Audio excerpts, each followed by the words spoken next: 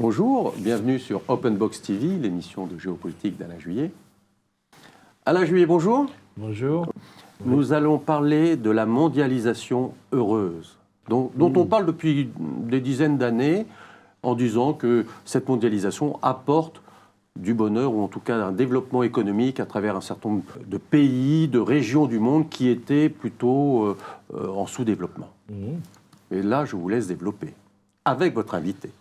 Oui, parce que justement, pour parler de ce qu'Alain Minc appelait la mondialisation heureuse, pour la résumer en 2 mots, comment faire que les riches soient plus riches et les pauvres plus pauvres. Oui, malheureusement, c'est ça.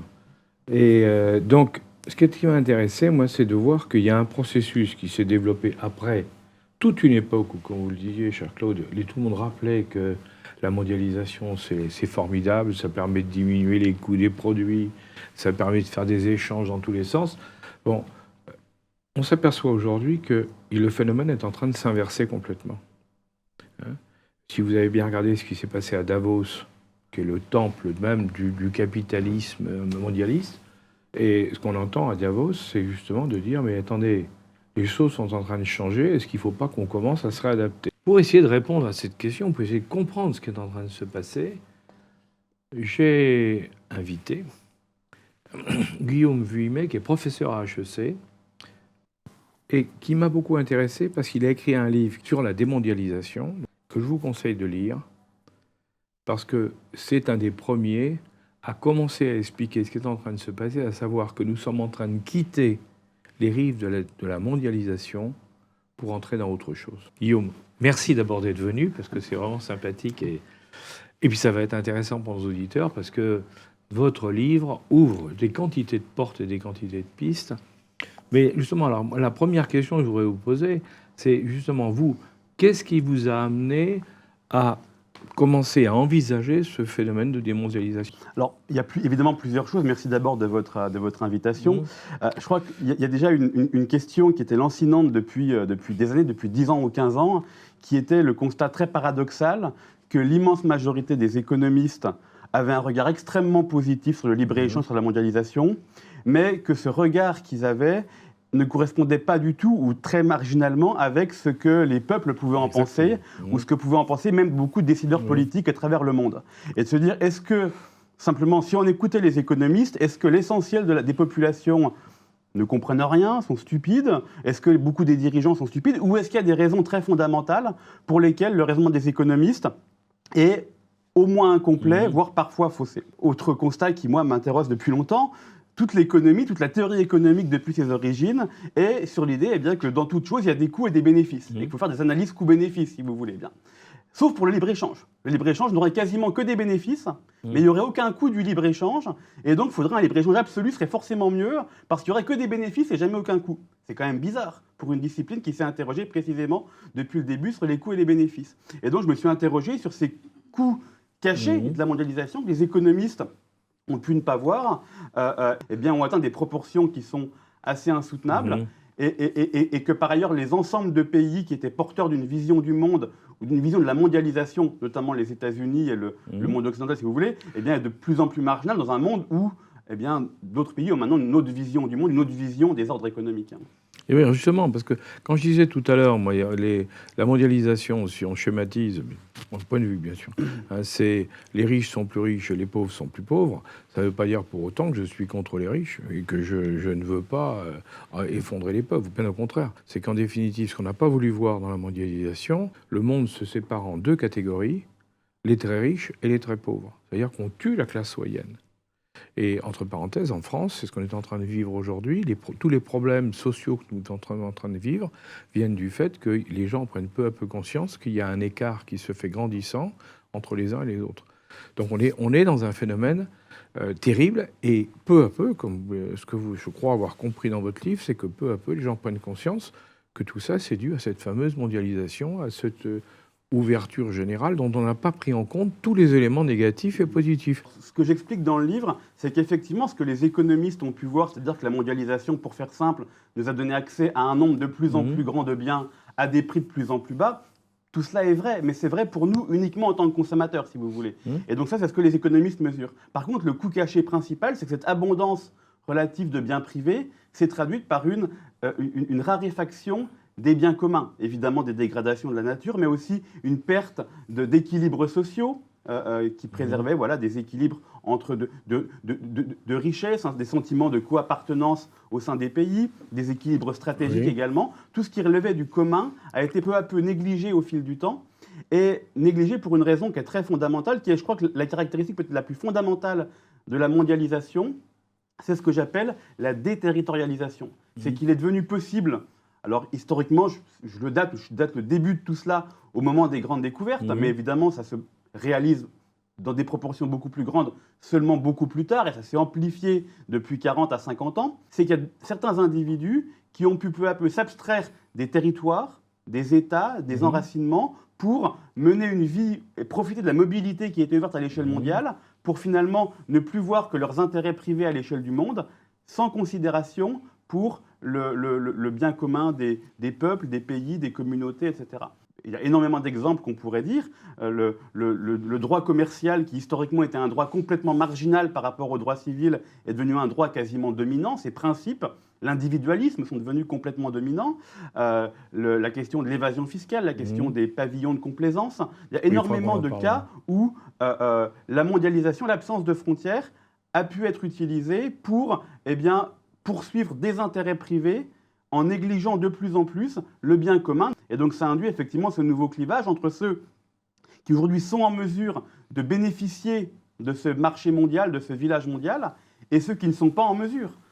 Quand vous êtes un gilet jaune, eh bien, l'école du coin ou le bistrot du coin, c'est le bistrot auquel vous allez aller, et l'école du coin, c'est l'école où vous mettez vos enfants. Et s'ils disparaissent, eh bien pour vous, c'est un drame presque humain, anthropologique. Si vous êtes quelqu'un de très mobile à l'échelle du monde, eh bien, vous payez vos impôts quelque part, vous mettez vos enfants ailleurs parce que l'école est meilleure, etc. Donc c'est des logiques complètement différentes. Et je crois que c'est le vrai clivage aujourd'hui, c'est le clivage entre, si vous voulez, gagnants et perdants de la mondialisation, entre mobile et immobile, comme je les appelle dans l'ouvrage.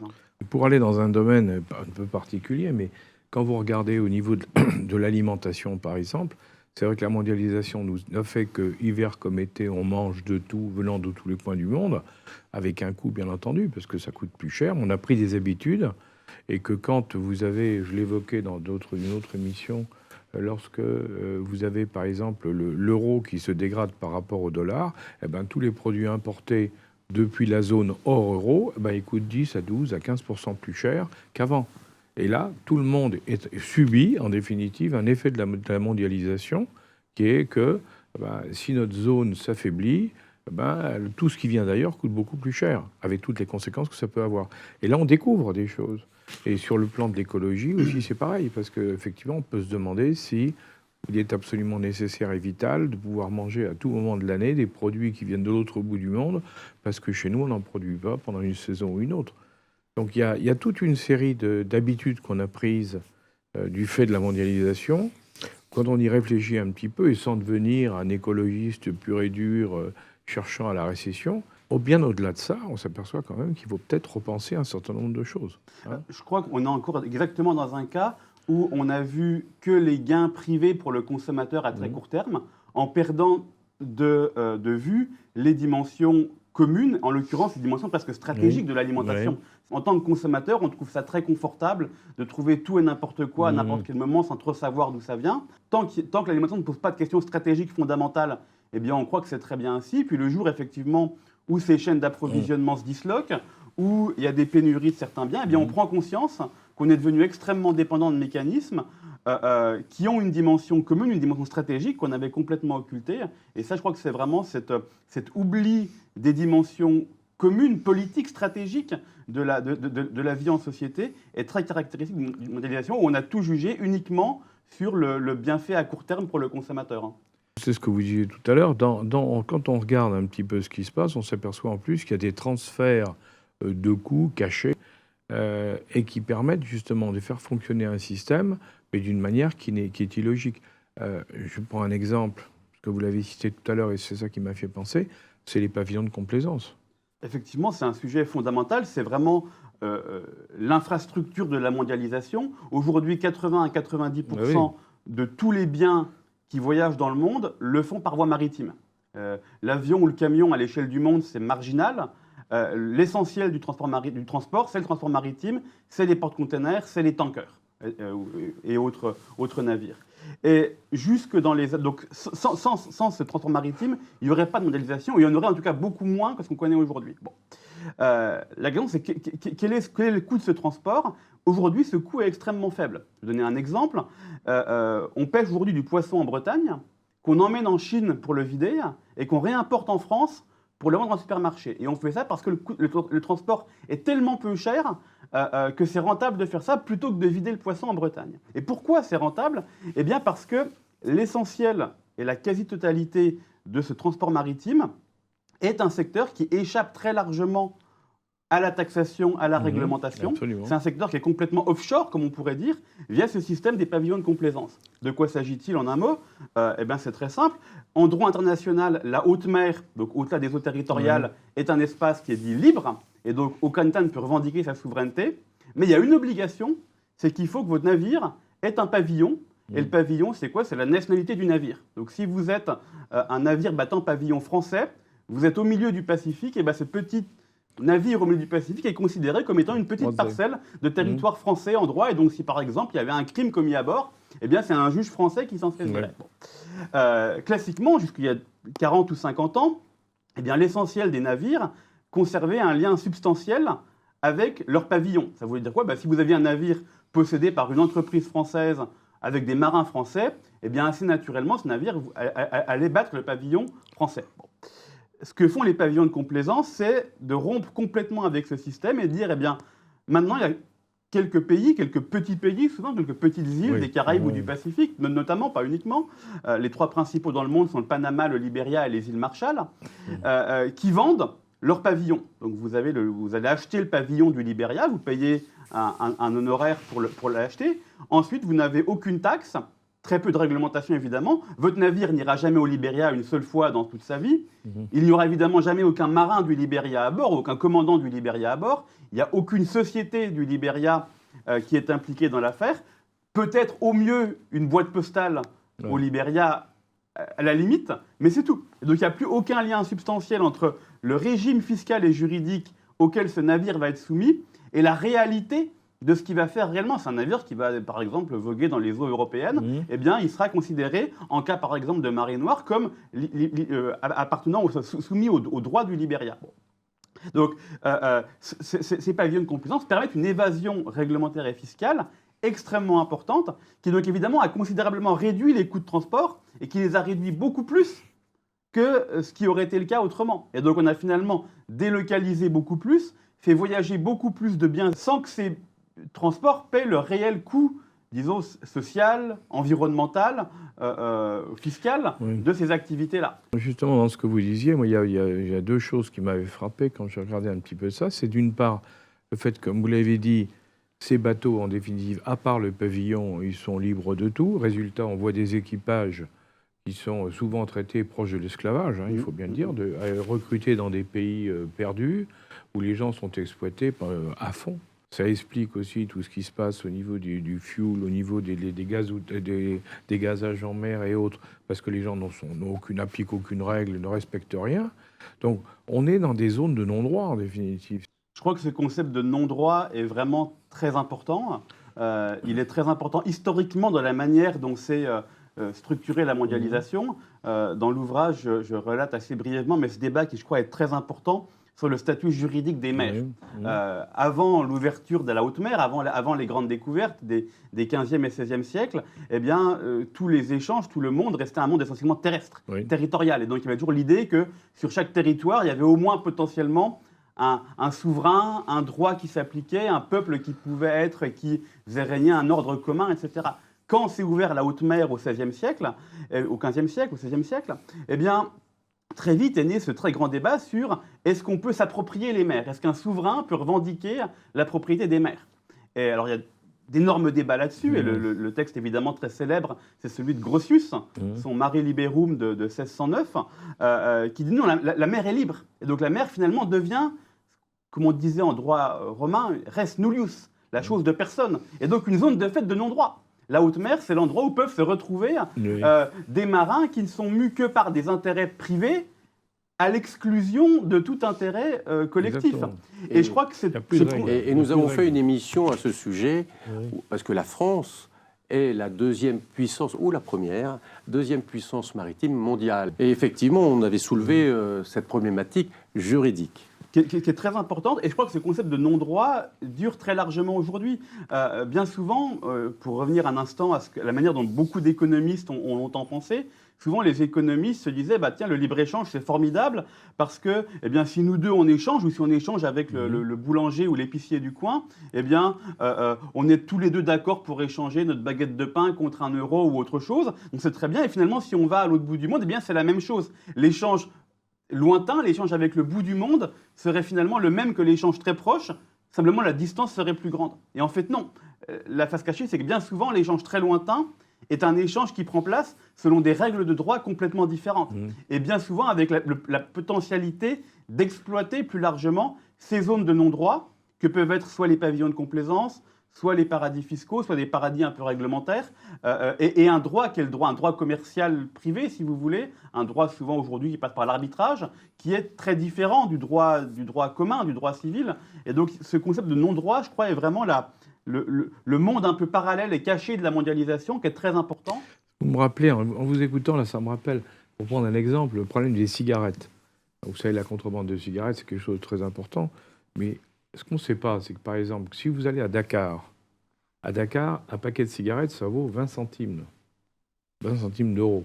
Donc, quand ça a fait la contrebande et que ça arrive sur la côte marocaine, tunisienne, algérienne et autres, on est à 2 euros. Quand vous arrivez avec les coûts de transport et puis les marges que prennent chacun des trafiquants à chaque étage. Et quand vous arrivez en France de l'autre côté, c'est 10 euros pratiquement. Et là, on voit les contraintes de la mondialisation aussi, c'est-à-dire que on est parti, on a une bonne idée d'un côté, tout à fait justifiée pour des problèmes de santé, et puis la mondialisation telle qu'elle se passe ailleurs fait que votre système, il est totalement inopérant. Et je vous dis ça parce que je lisais récemment une déclaration des douanes françaises disant qu'effectivement, l'année dernière, la contrebande a pris une taille considérable. Les spécialistes disent c'est étonnant. Non, c'est simplement le différentiel de prix. Et là, on est dans la mondialisation, une fois de plus dans la mondialisation, avec autre chose que les pavillons de complaisance. Les auditeurs, certainement, ne savent pas, ou peu d'entre eux le savent, ce que représente, au point de vue pollution, un bateau qui transporte des containers en quantité. C'est ces gros bateaux qui font 200 000 tonnes qui transportent des containers. Qu'est-ce que ça représente comme niveau de pollution sur un an ? Alors, c'est un sujet très compliqué et très débattu. Déjà, je pense que la première chose à dire, c'est que la plupart d'entre nous, on n'a jamais vu un porte-container. On ne sait pas à quel point c'est énorme. Et ça vaut la peine de le voir ou de le visualiser. C'est la taille maintenant de souvent plusieurs stades de football. C'est absolument considérable. Donc évidemment, pour déplacer ces navires-là à des vitesses de croisière qui sont quand même très élevées, qui sont de l'ordre de 80 km/h en rythme de croisière, eh bien, il faut évidemment une consommation d'énergie, évidemment, et d'hydrocarbures très importante, et bien souvent des hydrocarbures les moins raffinés, donc les plus polluants. Il est moins cher. Ça, c'est le premier point. Et qui d'ailleurs, au passage, ne sont pas taxés bien souvent, parce que tous les États ont des régimes d'exception, avec l'idée que si on taxait, par exemple, dans le port du Havre, les hydrocarbures utilisés par ces navires-là, eh bien, ils feraient le plein à Rotterdam, ou ils feraient le plein, peu importe, en Angleterre ou je ne sais où. Bon. Ça, c'est le premier point. Mais je crois que c'est finalement c'est important. Alors, on débat pour savoir quelle part des émissions de carbone ça représente. Mais je crois que c'est finalement qu'une petite partie du coût écologique, parce qu'évidemment, ces pavillons de complaisance ont eux-mêmes un coût écologique très important, mais qui est indirect. Qui est, comme les coûts de transport sont beaucoup plus bas que ce qui devrait être, ça a permis un niveau de délocalisation beaucoup plus élevé que ce qui aurait été le cas autrement. Et donc ça a permis par exemple à beaucoup plus d'industries de s'installer dans des pays beaucoup moins réglementés que ce qui aurait été le cas autrement. Donc il y a à la fois effectivement les émissions directes causées par les hydrocarbures, notamment entre autres dans ce secteur-là, mais il y a aussi tous les coûts indirects qui sont liés par la délocalisation beaucoup trop forte à laquelle on a assisté, de la France, par exemple, vers des pays où les réglementations chimiques, environnementales, etc. sont moindres. Et ça, c'est un coût indirect qui est probablement beaucoup plus important, mais qui est évidemment très difficile à quantifier. Hein. En gros, un gros porte-container, c'était en gros le niveau de pollution d'une ville de 60 000 habitants en France. Un seul. Et il y en a des milliers. On pourrait ajouter d'autres coûts indirects. De ceux qui m'a intéressé aussi récemment, c'est tout ce marché très méconnu des déchets. Quasiment tout ce qui nous entoure vient de Chine ou vient d'Asie. Bon. Donc les conteneurs arrivent évidemment plein de tout ce qui nous entoure, mais comment repartent-ils ? Un navire qui est à vide est un navire qui est instable sur la mer. Bien sûr. Et donc on gagne à le stabiliser en le chargeant de quelque chose. Alors évidemment, on produit un petit peu, on exporte un petit peu vers ces pays-là, mais pas autant que ce qu'on importe. Et donc, beaucoup des conteneurs repartent remplis de déchets, et il y a des exportations de déchets absolument considérables des pays européens ou des États-Unis vers, alors historiquement la Chine qui depuis quelques années s'est refermée aux déchets, mais donc maintenant vers l'Asie du Sud-Est notamment, vers le Pakistan, vers la Malaisie, etc. Et donc, encore une fois, pendant très longtemps, quand on produisait des déchets, on les avait, entre guillemets, sous les yeux ou sous le nez. Et donc, ça incitait peut-être à moins en produire. Maintenant, eh bien, on ne les voit plus parce qu'on les expédie en partie à l'autre bout du monde. Et là encore, parce que les coûts de transport sont très, très faibles. Et on le fait en dépit des réglementations, parce que dans beaucoup de pays, il y a des réglementations très strictes sur les déchets, en particulier des déchets polluants, trop polluants. Et vous apercevez que tout est battu en brèche parce qu'on les met sur des bateaux et puis que ça part et que de ce moment-là, personne ne va vérifier, c'est en mer. On sait que la fraude aux déchets est considérable. Et a très fortement augmenté, notamment depuis que la Chine n'accepte plus autant de déchets qu'avant. C'est ce que vous disiez. Ça va au Pakistan, ça va dans des pays, des Bangladesh, dans des pays malheureux où les pauvres gens, eux, n'ont pas d'autre ressource que d'accepter ces déchets qui vont les polluer, qui vont les tuer. Donc on est dans la mondialisation heureuse pour qui ? Si on regarde les moyennes entre pays, il y a une relative convergence. Par contre, si on regarde au sein des pays, il y a eu une très large explosion des inégalités entre pays, donc des gagnants et des perdants, avec, je crois, en grande partie, un mécanisme économique très, très simple, mais très fondamental, qu'est-ce que certains économistes ont appelé l'effet superstar, et qui est, pour faire simple, la chose suivante. Pourquoi est-ce qu'un acteur de cinéma est payé beaucoup, beaucoup plus qu'un acteur de théâtre, alors qu'ils ont à peu près les mêmes compétences et le même niveau? Le meilleur acteur de cinéma sera payé 1000 ou 10 000 fois plus que le meilleur acteur de théâtre, eh bien parce que leurs marchés sont plus grands. L'acteur de théâtre joue au maximum pour 1000 personnes, l'acteur de cinéma joue pour 2 milliards de personnes, et donc son marché est beaucoup plus grand. Et donc, eh bien, quand il est très bon, des différences très marginales de talent, par exemple, eh bien, on va avoir des différences décuplées, démultipliées sur les rémunérations, les inégalités. Et donc, c'est exactement ça qu'on voit à l'échelle du monde, où quand les marchés s'ouvrent, eh bien, le petit nombre d'entreprises qui réussit à être dans la mondialisation, eh bien, va accumuler une part absolument disproportionnée des bénéfices générés par cette mondialisation. C'est le principe du joueur de football. Exactement. C'est pourquoi les footballeurs sont mieux payés que ceux qui jouent au volleyball ou au... Les footballeurs sont mieux payés que les présidents d'entreprise. Mais ça, c'est normal, pour les raisons que vous venez d'évoquer. J'ai toujours entendu parler de la mondialisation, alors peut-être pas heureuse, mais qui avait sorti de la pauvreté quand même des millions, des dizaines de millions de personnes à travers le monde, alors en particulier en Asie, en Chine. C'est quand même une réalité. Bien sûr, évidemment. Je crois que mon propos n'est pas de condamner absolument ni toute mondialisation, ni tout libre-échange. C'est simplement de redéplacer le curseur. Si vous voulez, jusqu'à aujourd'hui, on a vu uniquement les bénéfices de la mondialisation, notamment ces bénéfices économiques. Alors à la fois sur les salaires et le niveau de vie dans les pays les plus pauvres et pour les pays les plus riches, sur le gain de pouvoir d'achat pour le consommateur. Mais on s'est arrêté là. On n'a vu que les bénéfices économiques et on a oublié très largement des bénéfices extra-économiques.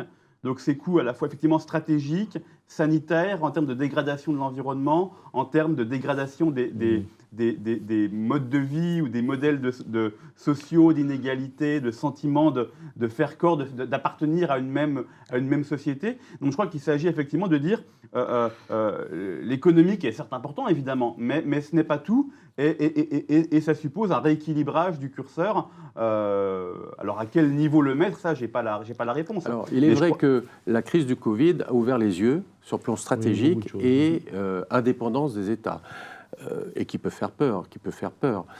Quand on entendait pendant le Covid que la molécule du Doliprane n'était pas fabriquée en France, mais fabriquée peut-être en Asie, là, vous commencez à prendre peur, parce que vous dites, attendez, je peux plus acheter de Doliprane. Et là, vraiment, le Covid, je pense, a ouvert les yeux sur cette mondialisation qui, finalement, avait vraiment atténué un certain nombre de pans de l'industrie, alors on va dire de la France, sur le plan de l'indépendance, et on le voit aussi en agriculture. D'où peut-être ce terme, ce titre de démondialisation, où on se dit, tiens, essayons de revenir un petit peu, ou de ramener des choses dans notre hexagone. Alors je crois qu'il y a deux forces fondamentales qui amèneront nécessairement à une forme de démondialisation, ou d'autres mondialisations, on l'appelle comme on veut. C'est d'abord la prise de conscience qu'on est allé trop loin dans la négligence des intérêts communs de manière générale, qui peuvent être effectivement des intérêts stratégiques sur des secteurs comme la médecine, comme l'alimentation et comme d'autres, ou l'armement également, on pourrait citer. Il y a beaucoup de choses à dire sur l'armement. Hein. On a découvert récemment que la France avait eu, il faut oser quand même, il fallait le faire, hein. On a décidé d'exporter, de sous-traiter toute la fabrication des munitions françaises dans des pays étrangers. C'est-à-dire que s'il y a une guerre, il faut qu'on demande aux pays étrangers de bien vouloir nous fournir les munitions dont on a besoin pour pouvoir la faire. C'est-à-dire que c'est mortel. Donc il y a plusieurs exemples où ces biens communs, ces biens stratégiques ont été trop négligés et on prend conscience qu'il faut se les réapproprier et qu'on ne peut plus juger de tout uniquement que par le prix de revient et le prix pour le consommateur. Ça, c'est le premier point. Puis il y a le deuxième point qui me paraît également important, qui est moins dans l'ouvrage d'ailleurs, qui est le basculement d'équilibre à l'échelle du monde. Cette vision de la mondialisation qui devrait n'être jugée que par le prisme des yeux du consommateur, que par le prisme du coût de revient pour le consommateur, eh bien c'est une vision du monde ou de la mondialisation qui est très associée aux États-Unis d'après la Seconde Guerre mondiale et aux institutions qui ont été créées après la Seconde Guerre mondiale, alors le GATT puis l'OMC et puis le FMI et quelques autres. Et aujourd'hui, le monde qui était porteur de cette vision de la mondialisation du point de vue de la consommation, du point de vue du consommateur, eh bien, est en perte de vitesse. Je crois que démographiquement, les pays du G7, qui, rappelons-le, n'incluent ni la Chine, ni la Russie, ni l'Inde, ni le Brésil, et ni quantité d'autres grandes puissances montantes, eh bien, est passé sous les 10% de la population mondiale, probablement il y a l'an dernier ou il y a 2 ans, enfin tout récemment. Si on prend la part de ces pays du G7 dans le PIB mondial, eh bien, de même, on a continuellement baissé depuis à peu près 2/3 du PIB mondial au moment où le G7 a été créé, à très largement moins de 50% aujourd'hui. Donc on voit ce basculement de force et les puissances montantes comme l'Inde ou comme la Chine n'ont évidemment aucune intention de juger la mondialisation uniquement par le biais des bienfaits pour le consommateur. C'est évidemment quelque chose qu'ils vont considérer aussi, mais parmi plein d'autres choses. On voit que l'Inde aujourd'hui annonce viser une autonomie alimentaire complète à horizon de quelques décennies. On voit que la Chine adopte des politiques très ambitieuses en matière, par exemple, d'autonomie, en matière de semi-conducteurs, de technologie. Il va remplacer, là, en ce moment même, des dizaines de millions d'ordinateurs américains pour qu'il n'y ait plus un ordinateur américain au sein des entreprises chinoises, publiques chinoises et de l'État chinois. Donc c'est des choses très importantes qui montrent bien que ces pays-là n'ont pas du tout l'intention d'avoir une vision de la mondialisation uniquement fondée sur le prix pour le consommateur. Et à terme, ce changement d'équilibre va amener une remise en cause des grands principes de la mondialisation. J'allais vous le dire, parce que quand on voit la Chine qui a donc Xi Jinping qui l'année dernière, et qui l'a redit d'ailleurs au Congrès cette année, dit notre cap maintenant, c'est le marché intérieur. Nous allons produire sur le marché intérieur et vendre sur le marché intérieur. Donc pour être capable de faire de l'autonomie, on est très loin de la fameuse mondialisation qu'on a connue depuis longtemps. Et comme vous le rappeliez, les Indiens sont exactement sur la même voie. Donc c'est vrai que nous, on a presque l'impression en Europe, en tout cas, qu'on est en train de mener un combat d'arrière-garde par rapport à une évolution qui est maintenant mondiale. Tout à fait. Hein, on est d'accord. Pendant très longtemps, si on résume simplement, mais certains l'ont dit aussi clairement que ça, on a cru en Europe qu'on s'enrichissait en délocalisant. Parce qu'avant, on payait 10 € telle chose. Maintenant, si on a la chance de pouvoir le produire à 5 € ailleurs, on gagne 5 €. Donc chaque fois qu'on délocalisait, on s'enrichissait, si vous voulez.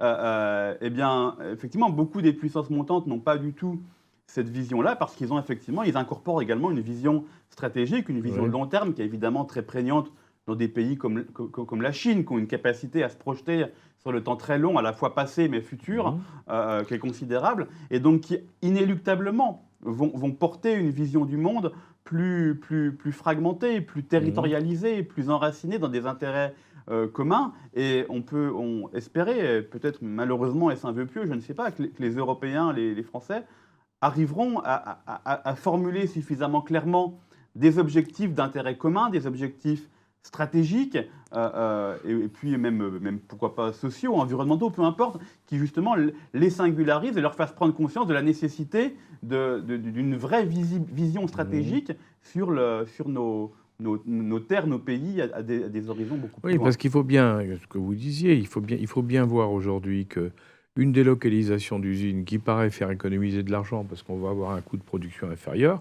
en réalité, c'est créer du chômage en France. Le chômage en France, ça veut dire des gens qui n'ont pas de travail, qu'on doit aider, qu'on doit financer par des aides de chômage, donc par des impôts. Donc en effet, une délocalisation a un impact direct sur l'ensemble des Français au niveau des taxes et des impositions. Ça, personne n'en parle jamais. Parce qu'aujourd'hui, du même coup, on se retrouve avec plein de problèmes, avec une industrie qui est passée en France. Vous savez qu'on a 10% du PIB qui est représenté par l'industrie française, alors que l'Allemagne, par exemple, est à 21%. Donc l'Allemagne a 2 fois plus d'industrie que nous. Bon, les Anglais, dont on a dit qu'ils avaient privilégié les services, sont à peu près au milieu entre les Allemands et nous. C'est-à-dire que nous, on a fait une politique de décentralisation au nom de la mondialisation heureuse, là, qui en réalité nous a ruinés. Et on commence seulement effectivement à prendre conscience des coûts considérables cachés. Voilà. Il y a alors très peu en France, mais aux États-Unis, des séries d'études parues récemment très intéressantes sur justement ces coûts cachés de la désindustrialisation, qui étudient notamment ce qu'ils appellent en anglais le China Shock, qui est l'entrée de la Chine dans l'OMC en 2001. Et à l'époque, évidemment, beaucoup d'économistes disaient ça va être formidable, et ceux qui s'inquiètent pour l'industrie américaine n'ont pas compris. Effectivement, ça détruira des emplois, mais ça en recréera ailleurs, donc c'est très bien. Bon.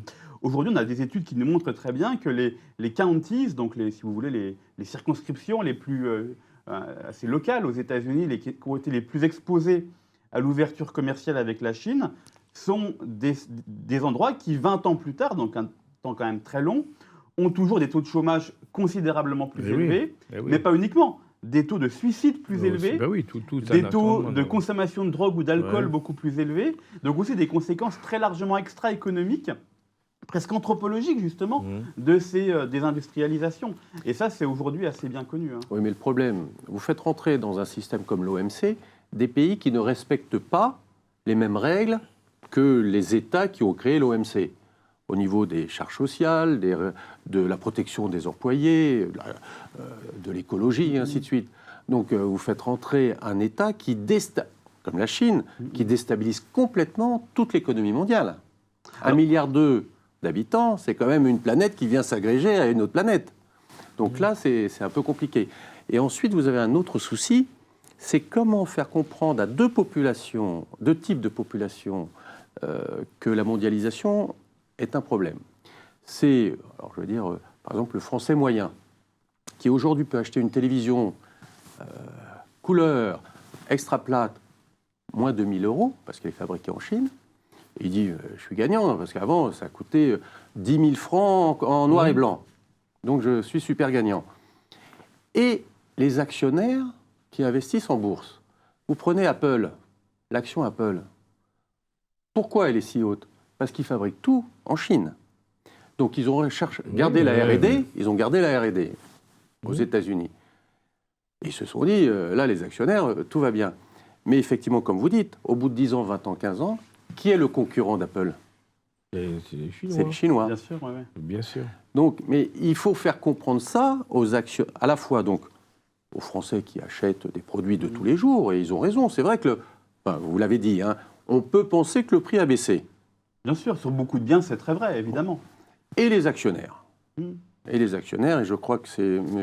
Marx qui disait, le capitaliste va vendre la corde à ceux... C'est Lénine. Lénine c'est un cousin, non ? Oui, c'est un cousin. Lénine qui disait, le capitalisme tissera la corde qui servira à les pendre. Voilà. Et je crois que là, on est effectivement dans le cas très précis où on a voulu, alors évidemment, ça participe à une dynamique idéologique très profonde de la modernité qui ne voit que des individus et refuse à voir des peuples, des collectifs, etc. Mais l'actionnaire pense individuellement en termes de taux de profit ou de dividende et le consommateur en termes de prix. Et individuellement, évidemment, ils n'ont pas tort. Tout le problème est qu'il n'y ait que ça. Que chacun, que vous et moi ayons des intérêts individuels, c'est évidemment bien normal et c'est ainsi.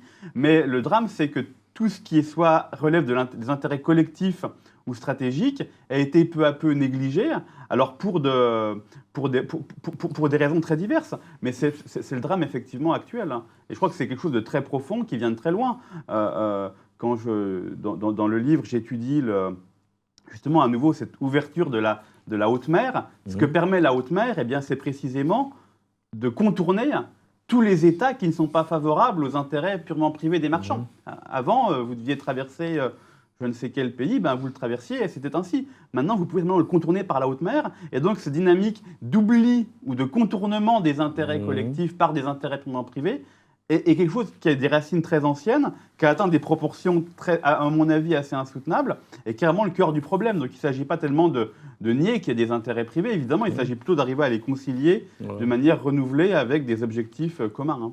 Puisqu'on a d'un côté des intérêts d'actionnaires évidents, la création de valeur pour l'actionnaire qui est devenue essentielle dans le monde actuel, depuis les années 80-90, c'est devenu vraiment la clé. Il faut que ça rapporte à l'actionnaire, en oubliant le principe même de l'entreprise, que l'entreprise, c'est un ensemble de groupes qui contribuent, ça peut être les fournisseurs, les clients, les actionnaires, les salariés, et chacun doit avoir une juste part. C'est le principe même de l'industrie telle qu'elle avait été conçue il y a 1000 ans ou 2000 ans. Or, aujourd'hui, c'est totalement différent. Aujourd'hui, on vous dit, l'entreprise, elle doit apporter du profit à l'actionnaire, uniquement à l'actionnaire. Mais non, l'entreprise, c'est un pôle central au niveau social qui donne, qui apporte une contribution de bien-être à tout ce qui est autour. Donc là, on a complètement perverti le système. Donc ça, c'est un point qui me paraît important. Et le deuxième, par rapport à ce que vous disiez, je pense qu'il faut, là aussi, il faut bien l'avoir, c'est que si l'actionnaire, lui, ne pense qu'à son profit, si le salarié, lui, fait ce qu'il peut dans les conditions dans lesquelles il se trouve, il y a un rôle considérable de l'État qui doit assurer, justement, qui doit préserver l'intérêt commun et l'intérêt de tout le monde.